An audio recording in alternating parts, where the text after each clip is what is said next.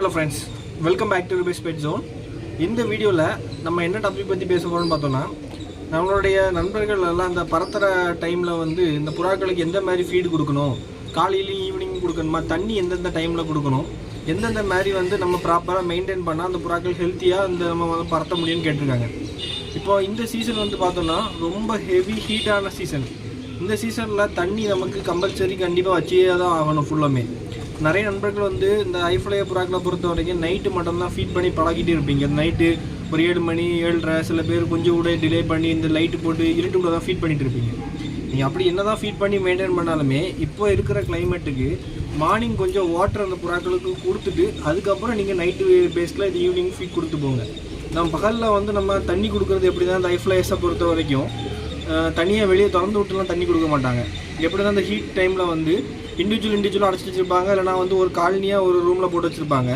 அதில் ஒவ்வொரு பேர்டுக்குமே தனித்தனியாக வந்து அந்த சின்ன டிஃபன் பாக்ஸில் கொடுப்பாங்க.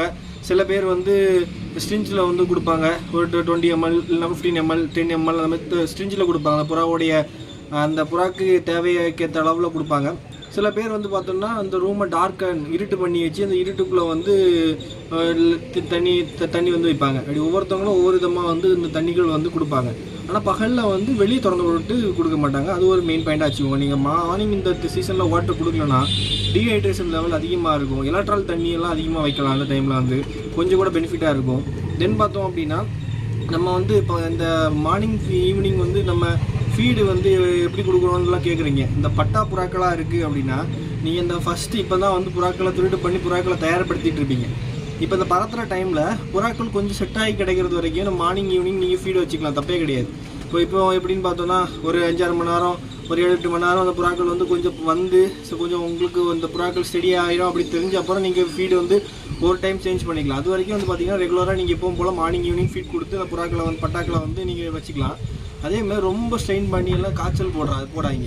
இப்போ நிறைய பேர் நினச்சி போடுவீங்க, இந்த பட்டாக்கள் திருடு பண்ணுறதுக்கு முன்னாடி நினச்சி போடுவீங்க. இந்த வெயிலுக்கெல்லாம் ஒரு அரை மணி நேரம் வந்து ஒரு மணி நேரம் போடுறதே பெரிய விஷயம். அதுக்கு மேலே தான் போடாங்க. பேர்டு வந்து ரொம்ப வந்து டல்லாயிரும். அடுத்த டேனுக்கு உங்களுக்கு செட் ஆகி கிடைக்காது. இந்த வெயில் வந்து அவ்வளோத்துக்கு மோசமாக போயிட்டுருக்கு. அதனால் மோஸ்ட்லி எல்லாருமே வந்து பார்த்தோன்னா இப்போ கொஞ்சம் ஈவினிங் தான் வச்சு புறாக்களை பறத்துவாங்க. ஒரு 4 மணிக்கு மேலே 3 மணிக்கு மேலே அப்படி தான் பெருசாக. இப்போ வந்து மோஸ்ட்லியாக ரெக்கையை உரி விட்ருப்பாங்க. நிறைய பேர் எல்லாம் மோஸ்ட்லியாக ரெக்கையை உரி தான் விட்ருப்பாங்க.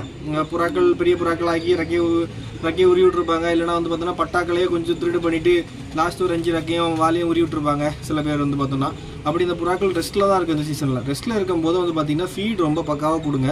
அதே மாதிரி ரெஸ்ட்டில் இருக்கிற போது நீங்கள் 2 வேளை கொடுத்தீங்கனாலும் பிரச்சனை கிடையாது. நான் வந்து கரெக்டான ஆகாரங்கள் கொடுங்க. கம்பு, கேழ்வரகு, தினை இதை வந்து அதிகமாக மிக்ஸ் பண்ணி வச்சுக்கோங்க. கேழ்வரகு கொஞ்சம் கூட இருந்தால் பிரச்சனை இல்லை இந்த ஹீட்டுக்கு. கோதுமை அவாய்ட் பண்ணுங்கள். வெள்ளச்சோளம் மிக்ஸ் பண்ணிக்கலாம். தென் பார்த்தோன்னா கொண்டக்கடலை கொடுத்துக்கலாம். பாதாம் கொடுக்க வேண்டாம் இந்த சீசனுக்கு வந்து. இப்போ இந்த அப்படி கொடுத்து நீங்கள் புறாக்களை ரெடி பண்ணி கொண்டு வாங்க. ரெடி பண்ணி கொண்டு வந்துட்டு அதுக்கப்புறம் நம்ம காய்ச்சல் போட்டு நம்மளும் அந்த மே டைமில் உங்களுக்கு சீசன்னா இந்த ஏப்ரல் எண்ட்லேருந்தே பேர்ட்ஸை வந்து ரொம்ப இது பண்ணி கேர் பண்ணி எடுப்பாங்க ஒவ்வொருத்தவங்க. உங்களுக்கு டைம் ஷெட்யூல் பண்ணி அது கணக்கு பண்ணி நீங்கள் வந்து புறாக்களை ட்ரெயின் பண்ணி பறத்தலாம். இந்த வீடியோவில் ஏதாவது சந்தேகங்கள் இருக்குது அப்படின்னா கமெண்ட் பண்ணுங்கள். நான் என்னால் முடிஞ்ச முயற்சி போட்டு அடுத்த வீடியோஸில் வந்து நான் ரெடி பண்ணி உங்களுக்கு சொல்கிறேன் ஃப்ரெண்ட்ஸ். அப்புறம் இன்னும் கொஞ்சம் பேர் பண்ணுற தப்பு என்னென்னா, இந்த புதுசாக புறாக்களை வந்து பறத்துவாங்க. பட்டாக்களாக எடுத்த உடனே 2 பட்டா 3 பட்டா சேர்த்து பட்டாக்களாக தூக்கி விட்ருவாங்க. அந்த மாதிரி பட்டாக்களாக நீங்கள் தூக்கி விடும்போது என்ன ஆகும்னா, சில புறாக்கள் ரெண்டுமே சேர்ந்து ரொம்ப இழுத்து போய் எங்கேயா மிஸ் ஆகும், இல்லைனா வந்து ஓவர் ஹைட் ஏறி மிஸ் ஆகும், இல்லைனா வந்து பார்த்தோன்னா அடி தடுமாறி 2-3 நாள் கழிச்சு வரும். நீங்கள் ஃபஸ்ட்டு 2-3 நாளைக்கு இந்த பட்டாக்களை வந்து விடும்போது இந்த ஜோடியில் கிடக்கிற பெரிய புறாக்கள், இந்த கழிவு புறாக்கள், அதுவுள்ளேயும் சில புறாக்கள் வந்து பறந்துட்டு மரத்தில் போய் உட்கார, அங்கங்கே போய் உட்கார. அந்த மாதிரி இல்லாமல் நம்ம இருந்தாலுமே களைச்சி விட்டு நம்ம கூட்டுக்கு மேலே வந்து இறங்குற மாதிரி உள்ள ஒரு 4-5 புறாக்களை வச்சுக்கோங்க. அந்த புறாக்கள் கூட இந்த ஒரு புறா பட்டாவாக வந்து விட்டு ஒரு 2-3 நாள் அந்த இடத்த நல்லா ஸ்டடி பண்ணி உட்கார வச்சிட்டிங்கன்னா அதுக்கப்புறம் நீங்கள் அந்த புறாக்களை தனித்தனியாக விட்டு நீங்கள் பறத்தும் போது உங்களுக்கு ஈஸியாக இருக்கும். அதை விட்டுட்டு எடுத்த உடனே நீங்கள் விடும்போது தான் அது நிறைய புறாக்கள் ஸ்டார்டிங்கில் மிஸ் ஆகிறதும், நம்ம டென்ஷன் படுத்துறதும், புறாக்கள் அங்கங்கே இறங்கி கிடைக்காமல் போகிறதெல்லாம் நிறைய பிரச்சனைகள் வரும். அந்த மாதிரி வந்து இப்போ நீங்கள் எல்லாருமே ட்ரை பண்ணி பாருங்கள், நல்லாயிருக்கும். அதே மாதிரி புறாக்களை செலக்ட் பண்ணுறதுலேயே முக்கியமான விஷயங்கள் இருக்குது. நம்ம புறாக்கள் ஒரு 10 புறா செலக்ட் பண்ணி வச்சுக்கிங்கன்னா 10க்குமே ஒவ்வொரு பறவை இருக்கும். அந்த 10ல் எது 2 ஒன்றா சேர்ந்து பறக்குதோ அதை வந்து நீங்கள் தனி பேராக செட் பண்ணிங்கன்னா நல்லாயிருக்கும். சிலது ஹைட் ஏறி பறக்கும், சிலது லென்த் போய் பறக்கும், சிலது வீட்டுக்கு மேலே பறக்கும், சிலது ரொம்ப தாழ்ந்து பறக்கும். தாழ்ந்து பறக்கிறது கூட ஹைட்டு விட்டிங்கனாலும் செட் ஆகாது, ஹைட்டு பறக்கிறது கூட ரொம்ப லெந்து போய் பறக்கிற புறா விட்டாலும் செட் ஆகாது. இப்போ அது கணக்கு பண்ணி மேக்கப் பண்ணி புறாக்களை பார்ட்னர்ஸை வந்து இன்ட்ரோடியூஸ் பண்ணி அதை வந்து அது கணக்கு பண்ணி நீங்கள் புறாக்களை வந்து கரெக்டாக வந்து ஏந்தி விட்டிங்கன்னா உங்களுக்கு அதுக்கேற்ற மாதிரி ஒரு செட்டப்புக்கு அமையும். புறாக்களும் நமக்கு அடுத்த ஸ்டேஜுக்கு போகும்.